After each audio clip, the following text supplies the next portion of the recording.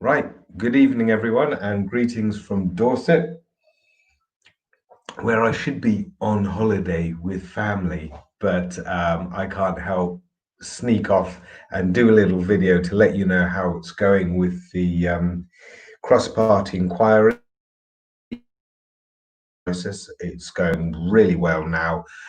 We've opened up the channels or opened up the floodgates to submissions coming in. So as well as having them come in from bodies like the BMA who've already submitted, some of the Royal Colleges, Doctors Association UK, and a range of those bigger bodies, we've also got a portal which is open to the public and public submission. So last time I checked this morning, early this morning, there was something over 800 submissions already before we publicize it thoroughly. Now, if you want to submit or you know someone who should be submitting, then these are the sort of following loose categories that we're interested in. We're interested in coronavirus survivors who have ongoing morbidity and ongoing problems or sort of long COVID. We've had plenty of submissions of those already, but we need to better understand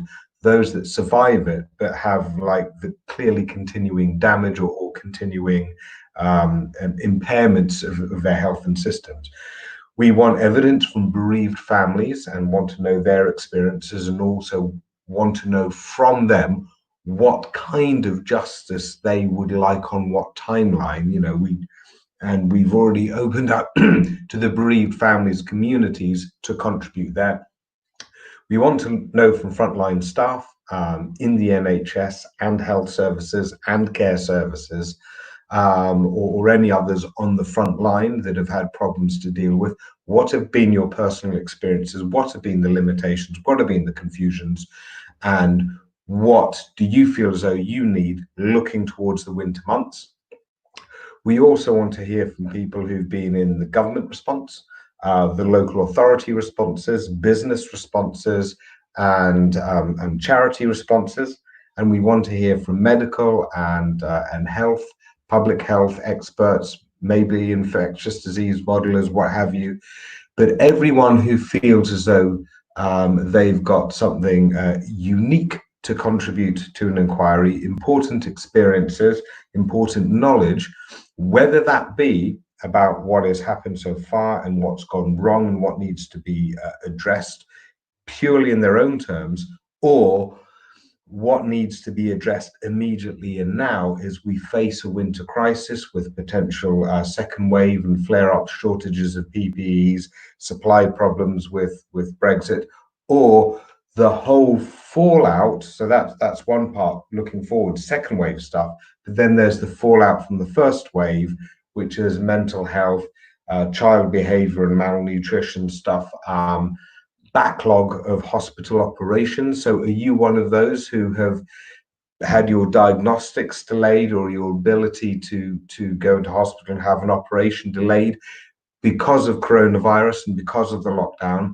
We also want to be thinking and planning about what's all the fallout, the long shadow of the first wave, what problems it's caused, and how we need to deal with it. So anyway, that evidence portal is now open, and it's filling up quickly. We've hired extra research capacity in order to break down all of the categories, research them properly, get it out there. We are now the collection point for where all the evidence is coming in. So you will have heard that Boris Johnson has sort of, in a wishy-washy, mealy-mouthed way, promised that a fuller public inquiry would happen. Well, that has to go beyond what we are doing already. It probably has to be a judge-led thing, but that will no doubt be informed by what we are doing now by gathering up all of the evidence and starting to publish it. So the all-party parliamentary group, which has representations from Tories, Labour, Lib Dems, SNP, Plaid, Greens, that is going to have fortnightly official meetings, but then lots of other evidence taking and talking to press and meetings on the side. And that goes on across the recess when other politicians go away for a while. We're going to keep plugging away, and then we will have a summary report in late summer, so probably September, in order to make sure there are clear recommendations going into the winter. But then this also all serves as a launch pad for further inquiry stuff. So anyway, so we can cover just about anything related to coronavirus, on which we're talking about how this country has handled it and how we need to change our approach going forward and how we need to address the problems going forward. So if you have any knowledge relating to any of that, please do submit yourself. Or if you know people or organizations and bodies that should be submitting, again, that is the link to share. So please go do that and leave us to deal with the gush of information that's going to come in. But that's what we're up to at the moment. So just updating you on that, and please do circulate that link. All right, catch you all soon. Oh, what are your thoughts on this trade bill amendment? Yeah, okay. Believe me, I've got plenty of opinions on all of that, but I will end this broadcast now, and I'll deal with that in a different broadcast. But essentially, at the end of the day, for our parliamentarians to sign away our democracy and remove that layer of scrutiny themselves, I think is an utter and abject betrayal of their fundamental positions and responsibilities. And I'm livid with it. And I think we should never forgive them for so casually passing that up. Done.